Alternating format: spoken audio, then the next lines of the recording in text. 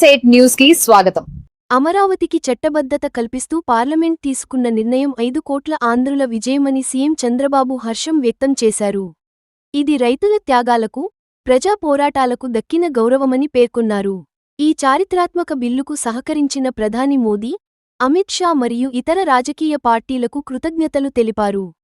ఇకపై అమరావతే మన ఏకైక ప్రజా రాజధాని అని, దీనిని ప్రపంచస్థాయి నగరంగా అభివృద్ధి చేసి ఏపీ కీర్తిని చాటుదామని ఆయన పిలుపునిచ్చారు. నరేంద్ర మోడీ గారిని మనస్ఫూర్తిగా అభినందిస్తున్నా, ధన్యవాదాలు తెలియజేస్తున్నా. అన్ని విధాలా సహకరించారు. సహకరించడమే కాదు, ముందుండి దీనికి చట్టబద్ధత ఇవ్వాలి అని నిర్ణయించుకొని ఈరోజు చట్టబద్ధత ఇచ్చే పరిస్థితికి వచ్చారు. ఆ తర్వాత అమిత్ షా గారిని అభినందిస్తున్నా. ఎందుకంటే డిపార్ట్మెంట్ ఆయనే దీన్ని ఇనిషియేట్ చేసి ఇమ్మీడియట్ గా ప్రాసెస్ చేసి పంపించారు. పార్లమెంట్ లో ఉండే అన్ని రాజకీయ పార్టీల ఎంపీల్ని అభినందిస్తున్నా. లోకసభ స్పీకర్ ని అభినందిస్తున్నా. రాజ్యసభ చైర్మన్ ని అభినందిస్తున్నా. కృతజ్ఞతలు తెలియజేస్తున్నా. 5 కోట్ల ప్రజల తరపున వాళ్ళందరికీ కూడా ధన్యవాదాలు, కృతజ్ఞతలు.